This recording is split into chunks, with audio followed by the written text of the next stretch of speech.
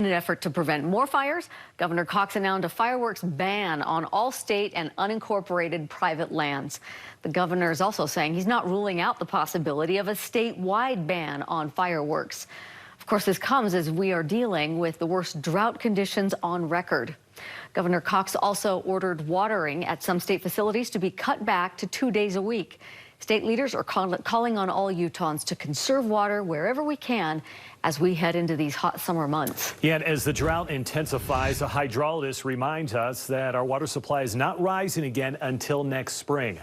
In a year with average runoff, we would actually still be adding to our reservoirs. But as news specialist Jed Bull shows us, the runoff is drying up quickly. Jed?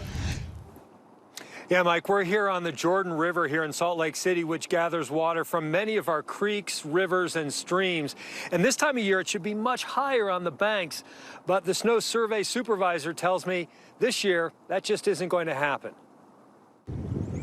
It's quite dry, and it's going to take a lot to catch up at this point. Hydrologist Jordan Clayton supervises the Utah Snow Survey, gauging how much water the snow will yield. The most alarming thing that we're dealing with right now is a combination of poor runoff conditions, which is the amount of stream flow we're anticipating from the beginning of April to the end of July. And combining that with the reservoir status, the reservoirs are really low.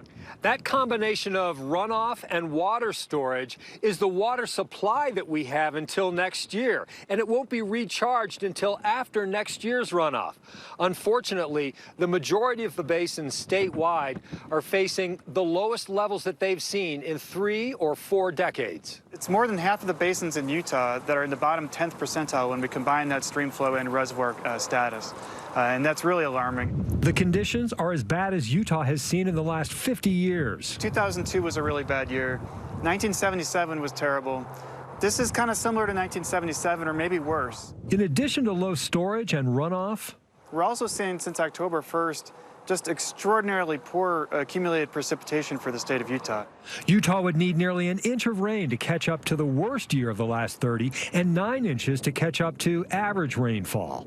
That's across the whole state, so that's going to take a lot of storms to get back there. In May, reservoirs typically recharge and rise. This year, they dropped 3%. And that's really concerning because, again, this is where we get our water supply. Reservoir storage is 25% lower than it was a year ago, partly because we started tapping it early this year. So we're just going to have to wait till next spring for the snowpack.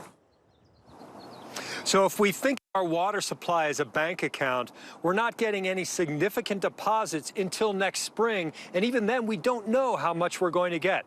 So we need to treat the water in our account right now very conservatively and very cautiously. Guys? Yeah, that data is alarming. Jed, thank you.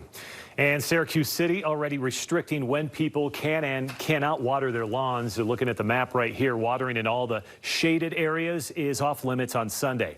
For those who live in the blue area, Tuesday is also off limits there. Wednesday is a dry day for the green area.